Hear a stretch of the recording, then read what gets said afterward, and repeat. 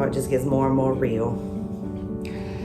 So today is the first day of break in my school district, and we are back here in my yoga room, which I have successfully painted the walls.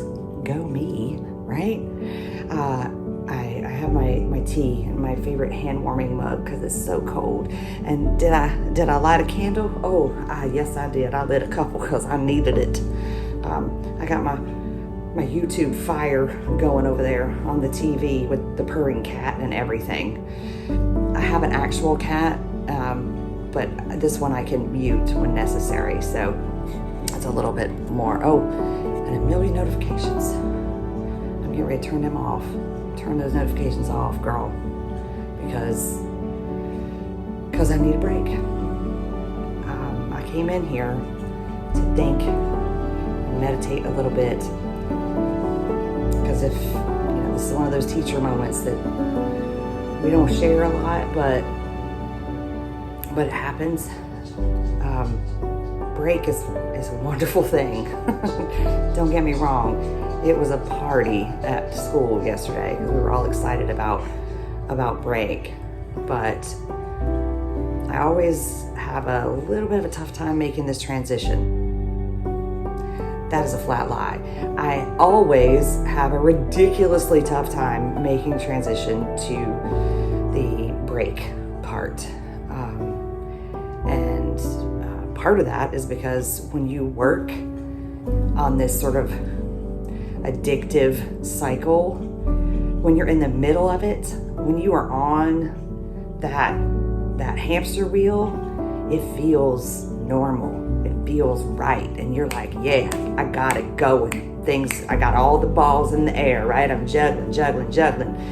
And what I don't realize is that I have been juggling for hours, days, weeks, months. And even my friends who are actual professional jugglers, you know who you are. As a theater teacher, I know those people. Even those people don't juggle for 8 hours a day, right? There's a ridiculous amount of exhaustion that comes with that, particularly when it's mental juggling. I read an article in this past week that said teachers make petabytes worth of decisions. I only have some concept of what a petabyte is because I recently took my computer science students to visit a location in Myrtle Beach, South Carolina that is the new drop point on the eastern seaboard for a subsea data cable that goes from here to Brazil. And who buys petabytes worth of ability or capability for data cables? Meta. Yeah, that's Facebook and Google. Petabytes of data per second they pay for. Bazillions of dollars, money I cannot even imagine. And teachers process petabytes worth of decisions a day. Now, I don't know who calculated that number, but I thank you for it because it justifies my tired.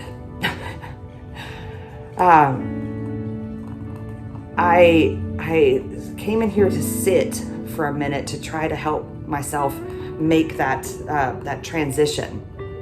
I'm gonna mute the cat because she started purring louder. Good old YouTube video, right? Mute kitty. Don't you wish class had one of these buttons, one of these mute buttons? Oh, it'd be so good. All right. No, I'm not editing that out because I ain't got time.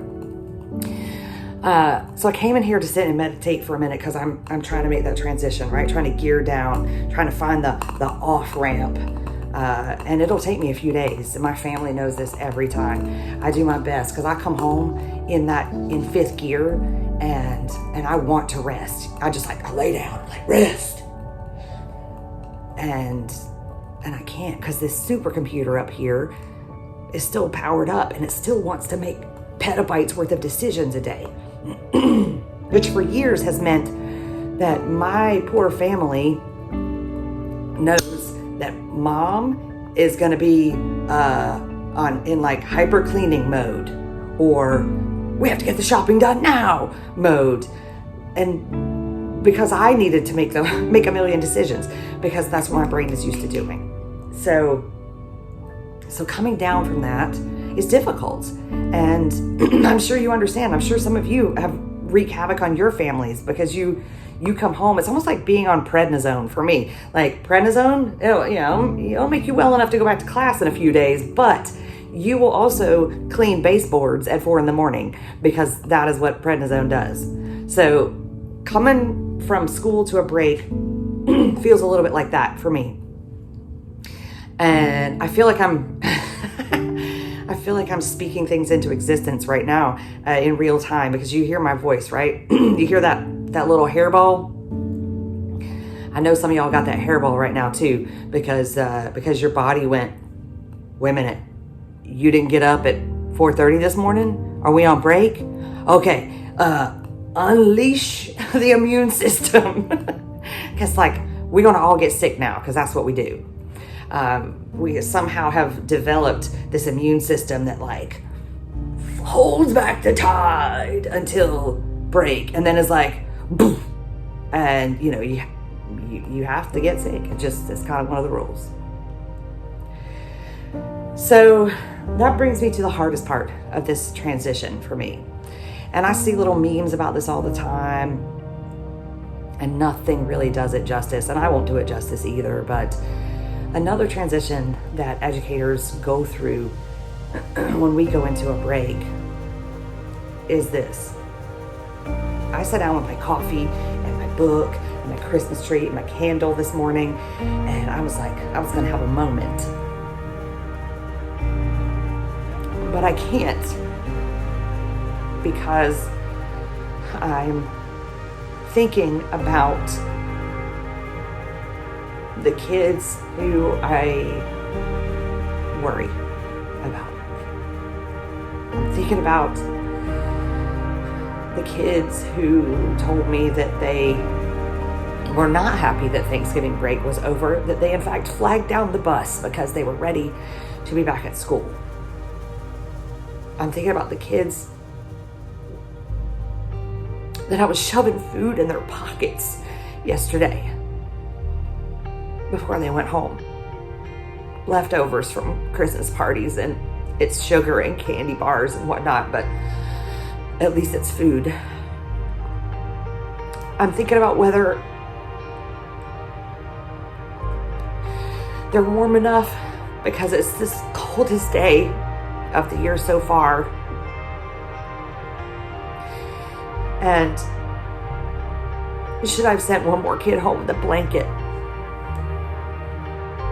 Have you ever tried to stuff a comforter in a book bag so it can get on the bus? I'm thinking about the kids who made breakthroughs this week, connecting with each other, and now we're going to be away from each other for 2 weeks, and I worry that we'll lose ground, that they'll come back more closed off, more disconnected, because we weren't together.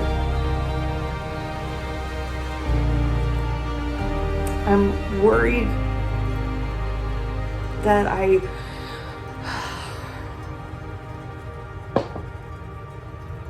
I'm worried that DSS won't follow up on the reports that we make, because we have to.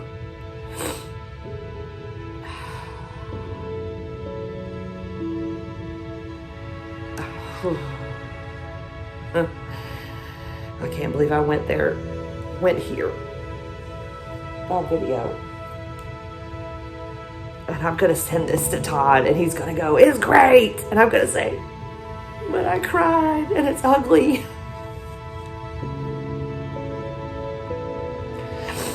But that's where I'm at.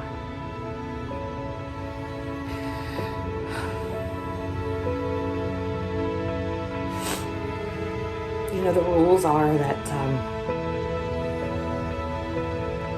It used to be when phones came out, like, we shouldn't text the kids. We shouldn't be on social media talking to the kids. That's too personal. It's too personal. It's too personal. You know what else is too personal? Us worrying about whether your kids eat. Us worrying about whether your kids are warm. Us worrying about whether your kids are going to get the mental health help that they need. That's also too personal.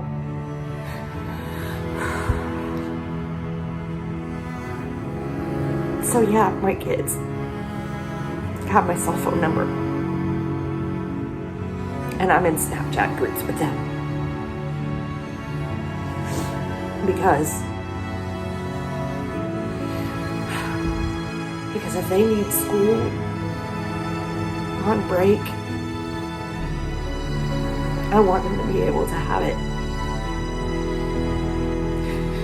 But school is responsible for too much. We're responsible for too much. I'm ill-equipped. I do my best, and I know I'm good at what I do. I've been Teacher of the Year 3 times at my school, my different schools.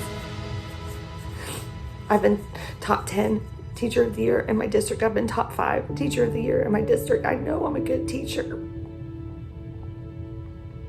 But this is too much.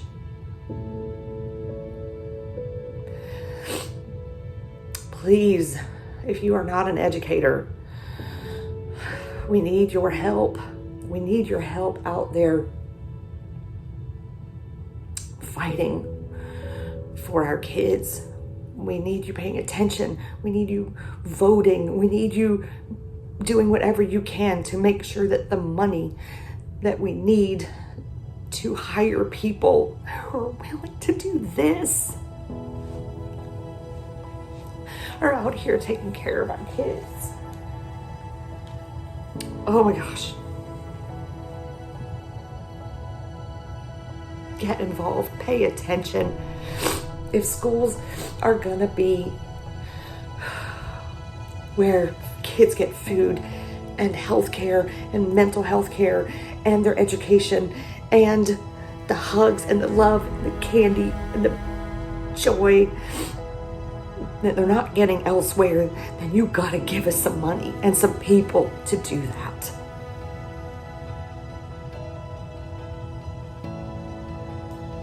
Or they go without. And we break. Teachers break to the point where they can't do this anymore. And this is why. I'm not broken. I'm not done yet by any means. But I am letting you in on this little world. Why I built this room for myself. Because I need a place to do this. To come in here and figure out how to put it down for a minute.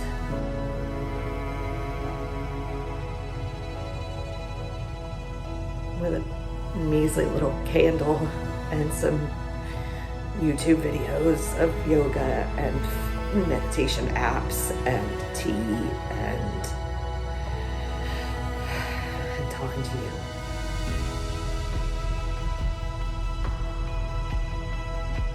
I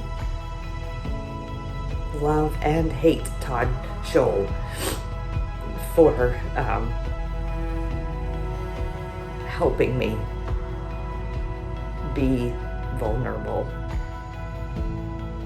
Because I feel like this is too much to even share. I feel like it's my responsibility to keep this private.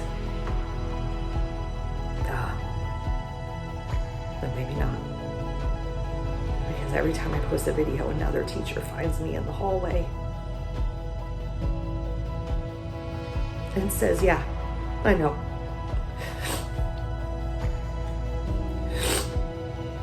Recently, a teacher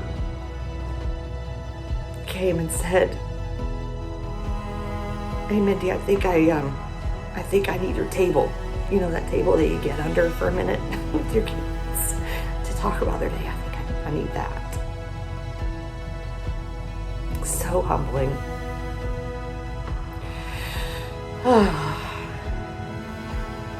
But that made me think that maybe this is important to do.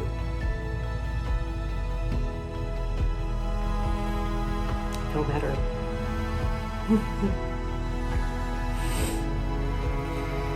Thanks for sitting with me under my metaphorical table.